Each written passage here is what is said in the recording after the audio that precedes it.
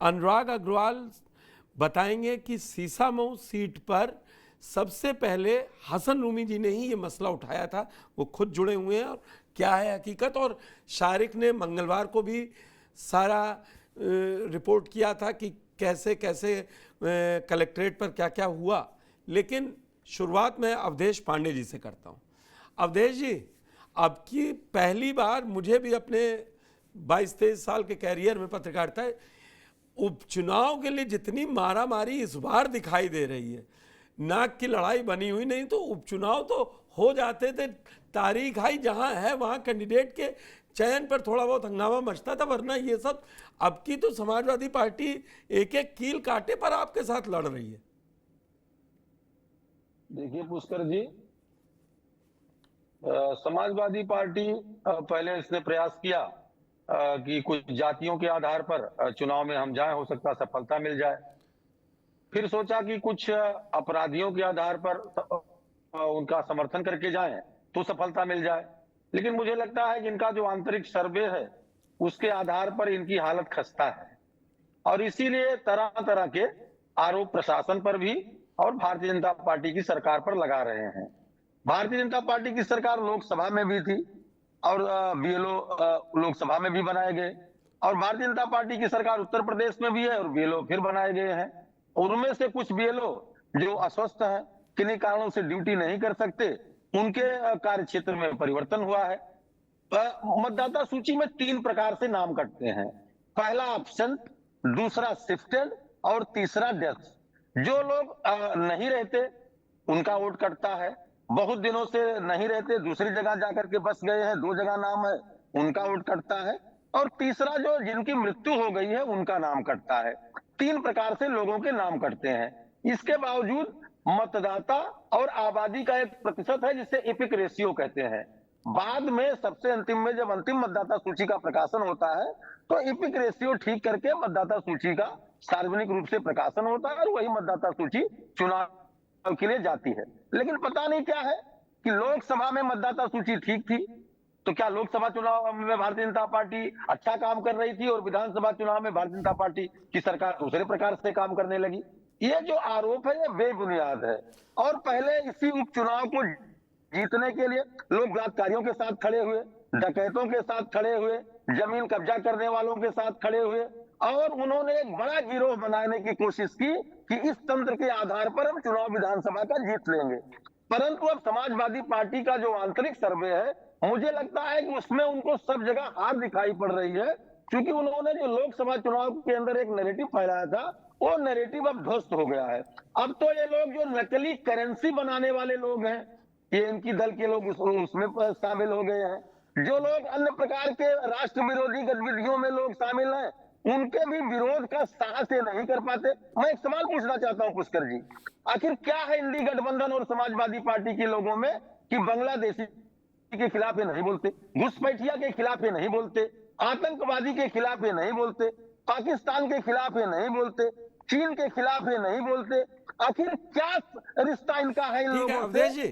अवधेश जी थोड़ा इसी पे स्टिक रहते हैं ना थोड़ा, नहीं तो मुद्दे तो आप लोग प्रवक्ता हैं, रूमी जी भी विधायक हैं, प्रवक्ता रहे हैं पार्टी के। लेकिन मैं एक सवाल पहले आपसे और पूछ लूं। दरअसल में समाजवादी पार्टी को रामपुर मॉडल से हो गया है। असीम राजा चुनाव हार गए, 16 राउंड तक जीतते रहे और फिर 21वें 5 राउंड की वोटिंग नहीं दिखाई गई, एकदम से 21वें राउंड का ऐलान किया गया। ये उपचुनाव की बात है, मैं बता दूं, जब आजम खां की सीट खाली हुई। आपने बहुत अच्छा सवाल किया मुस्कर जी, मैं इसको ठीक से समझा दूं जी। मतगणना जब शुरू होती है तो बूथ नंबर 1 से शुरू होती है, और सामान्यतः जो विधानसभा का पश्चिमी छोर होता है वहां से शुरू होती है, और सामान्यतः 14 टेबल लगाई जाती है मतगणना के लिए, और जब 1 से लेकर 14 बूथ की गिनती हो जाती है तो एक चक्र के मतगणना का परिणाम यहां से लेकर दिल्ली तक के निर्वाचन आयोग को जाता है और घोषणा उसकी होती है। हो सकता है कि अंतिम राउंड में ऐसे क्षेत्र रहे हों जहां भारतीय जनता पार्टी का क्षेत्र मजबूत रहा हो। अंतिम राउंड के 4-5 क्षेत्रों में अगर आप गिनती करेंगे 14 से 5 को तो 70 बूथ हो जाते हैं, और 70 बूथ अगर किसी पार्टी के मजबूत होते हैं तो वो चुनाव प्रभावित हो जाता है। ये अब थोड़ा मैं आपकी बात समझ गया, लेकिन जी एक हकीकत आपको बता दूं कि जी पहले राउंड की काउंटिंग में वो आगे, 15वें राउंड तक की काउंटिंग में आगे, 16वें राउंड में असीम राजा आगे। 16वें राउंड के बाद डीएम साहब या उस समय के वहां तत्कालीन निर्वाचन अधिकारी ने कहा अब 21वें राउंड में आगे। खैर उस पर मुकदमा गए हैं, वो रूमी जी बताएंगे। अब मैं सीधे हसन रूमी जी के पास जाऊं, इससे पहले आप इस पे, वो लोग को डर यही है कि जो मुस्लिम बाहुल्य इलाके हैं वहां या तो प्रशासन की दम पर निकलने नहीं देते उपचुनाव में बीजेपी वाले, यह आरोप है, और या वोट नहीं डालने देते हैं, आपकी वोट ही कटवा दे रहे हैं। पुष्कर जी ऐसा होता तो हम लोग घोषी चुनाव जीत लेते। बात हम क्यों सही हार है। गए घोषी का चुनाव? अगर ऐसा होता, अब तो एक एक राउंड की गिनती निर्वाचन आयोग जब फाइनल होता है, ऑफिशियली उसका अनाउंस होता है, उसके बाद मतगणना होती है। और ये संभव है कि कोई 23 राउंड तक लोग जीते हैं और 24-25 राउंड में हारे हैं, और हमारे दल के विधायक हारे हैं, अनेक लोग ऐसे हारे हैं। मैं आता हूं ये क्षेत्रों की, हसन रूमी जी, ये क्षेत्रों की स्थिति के वो ऊपर कह होता रहे है। हैं फर्जी वोटर लिस्ट नहीं, अब तो फर्जी करेंसी वालों के साथ ये लोग गठजोड़ किए हुए हैं, इसीलिए डर रहे हैं, उल्टे सीधे आरोप लगा रहे हैं। पहले इस पे जवाब दीजिए, फिर मैं आता हूं बीएलओ पे। देखिए, ये तो करेंसी की भी बात कर रहे हैं, ये हिंदुस्तान के बाहर विदेशों की भी बात कर रहे हैं कि फला से नहीं लड़े आप, बांग्लादेश से भी नहीं लड़े, पाकिस्तान से भी नहीं लड़े। हमारे देश की सेना ने हर मोर्चे पर दुश्मनों को धूल चटाने का काम किया। जिसका जो काम है वो काम कर रहा है, जिसको जहां लड़ना है उसको आप राजनीतिकरण ना करिए। आप आइए, विधानसभा का चुनाव है, क्षेत्र की जनता के मुद्दों पर लड़ाई लड़िए। आपने अपने संकल्प पत्र में क्या किया वो बताइए। कि आप बताएंगे बांग्लादेश का बात नहीं कर रहे हैं, पाकिस्तान की बात नहीं कर रहे, ये काम आप लोगों का है। नहीं कहीं नहीं, क्या रोड़ा, कहीं का ईंट लगा के कुशीनगर आप लोग में अपने। जो सपा नेता नकली करेंसी के साथ पकड़े गए, उससे अरे आप भाई, आप बात कर रहे हैं सीसा मऊ चुनाव की और श्रीनगर में पहुंच जा रहे हैं, कभी बांग्लादेश में पहुंच जा रहे हैं, कभी पाकिस्तान में पहुंच जा रहे हैं। इससे हमें क्या मतलब? ये तो एक इस तरह के क्राइम जब होंगे सरकार अपना काम करेगी। आपका संकल्प पत्र जो है, आप उसमें आइए, जनहित के कामों को आप बताइए। आपने प्रदेश में कितनी विकास योजनाएं की उस पर बताइए। आप तो इस पर आ गए कि 6000 वोट सीसामऊ में घटा दिए, 111 आपने बीएलओ को सिर्फ जात के नाम पर हटा दिए। अगर उनकी बीमारी पे हटाए होते तो कोई सवाल नहीं था। अच्छा, बीमारी होती, मेडिकल लगता, हम लोग तो किसी, जब ओरिजिनल कोई बीमार होता है हमारे पास आदमी आता है कि भाई हमारी ड्यूटी हटवा दीजिए, हम डीएम साहब से बात करते हैं, डीएम साहब कहते हैं इसके अलावा कोई काम और हो तो बता दीजिए। ये तो नई बात हो गई कि आपने बता दिया कि कोई बीमार पड़ गया था इसलिए हटा दिया गया। अरे हमने कई कई लोगों की सिफारिश की, एक बीएलओ नहीं हट पाता है, और आपने बीएलओ को हटाने का कारण बता दिया। खैर, ये तो राजकाज है। आप लोग जनता के में जब जाएंगे, अभी आपके मंत्री 2-2, 3-3 मंत्री आए, जनता का कितना विरोध झेलना पड़ा उन्हें अपने क्षेत्रों में, आपने देखा होगा और सुना होगा। आपके कौन, नितिन अग्रवाल साहब आए थे, उन्होंने एक दलित बस्ती में जब गए तो दलित बस्तियों ने कह दिया हम तो वोट नहीं देंगे, आप साफ साफ मना कर दिया।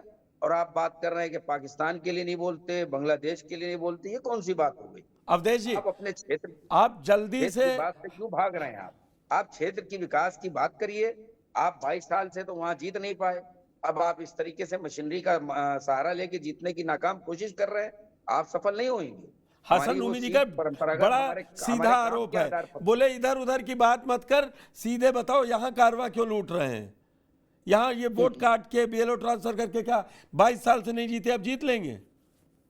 देखिए, एक बात बहुत अच्छी कही विधायक जी ने, मैं बहुत इनकी बातों से, इन्होंने जो दिल की बात कही कि सेना इस समय पराक्रम करती है और दुश्मनों को धूल चटा रही है। पहले ऐसे समाजवादी पार्टी के विधायक हैं जिन्होंने सेना के शौर्य पर सवाल नहीं खड़ा किया, तो अच्छी बातें कर रहे हैं। अवधेश जी भी ना अरे भाई, हम लोग सेना पे हमें गर्व है, हमारे देश की।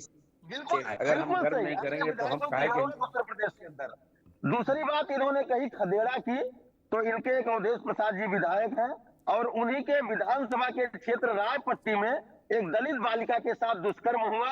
यद्यपि वो रात में गए, लाल बिहारी यादव विधान परिषद सदस्य के साथ गए और उस पीड़िता के परिवार ने मिलने से मना कर दिया और इनके तथाकथित राजा को भगा दिया। ये काम किया है अयोध्या की मिल्कीपुर की जनता ने।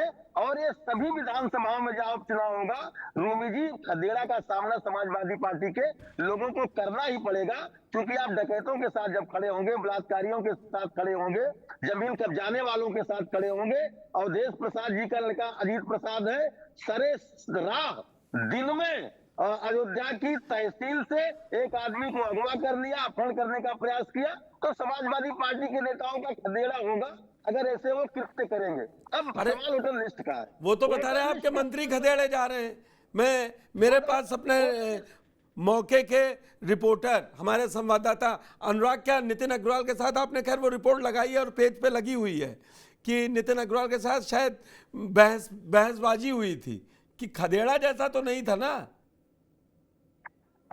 देखिए पुष्कर जी, जो हसन रूमी कह रहे हैं उनकी बातों में काफी हद तक सच्चाई है, क्योंकि यहाँ पर एक बात तो हो गई है कि सीसा मऊ की अगर हम बात करें तो 22 सालों से बीजेपी के हाथ में ये सीट नहीं आई है और इसी वजह से पूरा का पूरा बीजेपी का अमला इस सीट पे जीतने में लगा हुआ है। इसका सबसे बड़ा मैं उदाहरण दे देता हूँ। सबसे बड़ा उदाहरण यह है कि ना सिर्फ उत्तर प्रदेश के मंत्री बल्कि केंद्र सरकार के मंत्री, चाहे एसपी सिंह बघेल हो, गुजरात के पूर्व सीएम रूपाणी जी चाहे वो हो, या फिर यहाँ पर हम नितिन अग्रवाल जी की बात करें, सुरेश खन्ना की बात करें जो कि प्रभारी बनाए गए हैं, और जो हम चाहे डिप्टी सीएम ब्रजेश पाठक की बात करें जिनको कि इसकी जिम्मेदारी दी गई है। तो जब इतने बड़े कद्दावर नाम एक साथ एक सीट पर चुनाव में लग जाते हैं, दिखाई पड़ते हैं, नहीं, वो तो अनुराग वो ठीक है, वो उनकी विश्व की सबसे बड़ी पार्टी है, उनके पास लोग हैं, तो अब लगाइए आप ये, इसमें हम लोगों को इस चर्चा में नहीं जानना कि किसके कितने जा रहे हैं। आप ये बताइए, नितिन अग्रवाल के साथ क्या कोई ऐसा वाकया हुआ था जो रूमी जी कह रहे हैं? बिल्कुल, ये खबर मैंने खुद भी बनाई थी और वहां पर जब नितिन अग्रवाल पहुंचे थे बीजेपी के अन्य पदाधिकारियों के साथ में, तो वहां की जो जनता है उन्होंने बहुत सारी समस्याएं गिनाई। उन्होंने नाली की समस्या गिनाई, उन्होंने वहां पर जो विकास नहीं हुआ उसकी समस्या गिनाई, और ये भी कहा कि पहले के आए हुए जो मंत्री लोग थे उन्होंने वादा किया था कि हम एक दिन में इसको सही करा देंगे। ठीक है, मैं